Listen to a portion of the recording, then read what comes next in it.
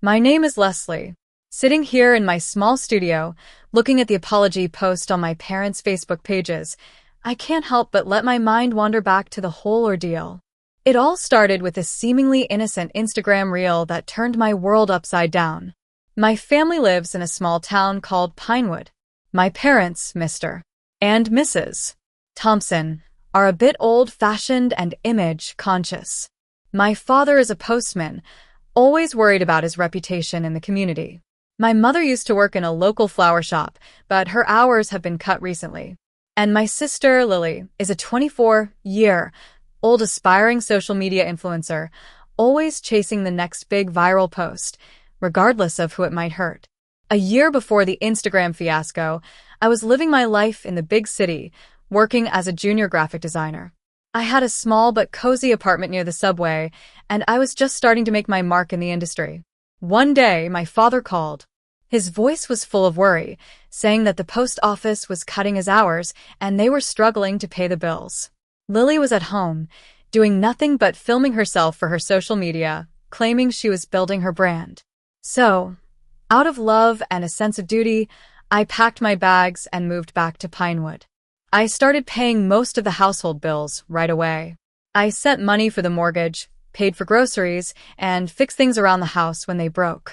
Meanwhile, Lily would give a small amount of money every now and then, but she spent most of her time making videos about her glamorous life at home, all while I was the one keeping the family afloat.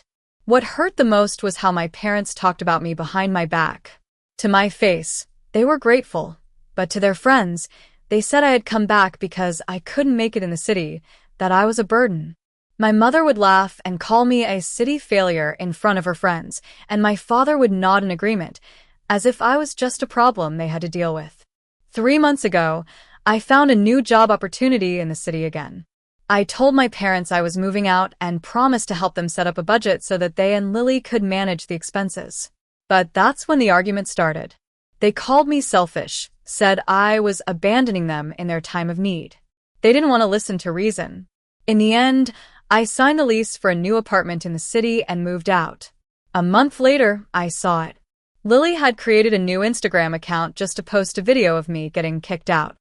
The video was highly edited, with a sad soundtrack and captions calling me a freeloader. It showed my mother on the couch, saying how I had taken everything and given nothing back, and my father throwing my old boxes into the street. Lily was behind the camera, calmly narrating about tough love and setting boundaries. By the time I saw it, it had already gone viral, with thousands of strangers commenting, calling me lazy and ungrateful. I was devastated, but I didn't lash out. Instead, I decided to fight back with facts. I gathered all my bank statements, showing the money I had sent to my parents over the past year. I also found the emails from the repairmen I had hired and the receipts for the groceries. I even saved screenshots of Lily's posts bragging about living rent-free at home.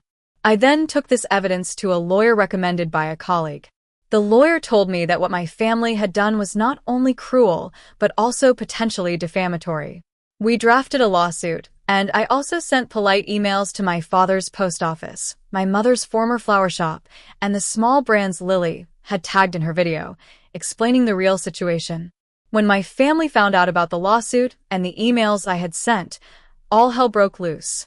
They bombarded me with calls and texts, accusing me of ruining their lives. My mother cried, saying I was betraying the family. My father said I was overreacting, and Lily called me vindictive. But slowly, the tide started to turn. Lily's Instagram account got a warning for harassment, and some brands she was working with distanced themselves from her. At work, my boss was understanding and said I had done nothing wrong. My aunt, my mother's sister, who had always been a no-nonsense type, believed me right away. She started spreading the truth in the family group chat, causing a split among the relatives.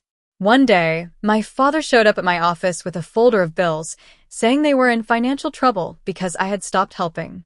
He asked me to come back, or at least send the money I used to. But I stood my ground and told him there were other solutions, like Lily getting a real job. He got angry and walked away. Lily then posted another video, trying to paint me as the bad guy, but people quickly saw through it. Her lies were exposed, and she had to turn off the comments on her posts. Finally, their lawyer reached out for a settlement. They offered to remove the false content online, post a public apology, and pay me $10,000. But what I really wanted was an honest apology, admitting they had lied about me. After a long negotiation, they finally did it. Now, my parents have moved to a smaller apartment due to financial difficulties. My father works longer hours at a warehouse, and my mother works as a cashier at a local store. Lily's Instagram career is in ruins, and she works as a barista. The apology post, though low-key, was a step towards the truth. I don't know if things will ever be the same with my family.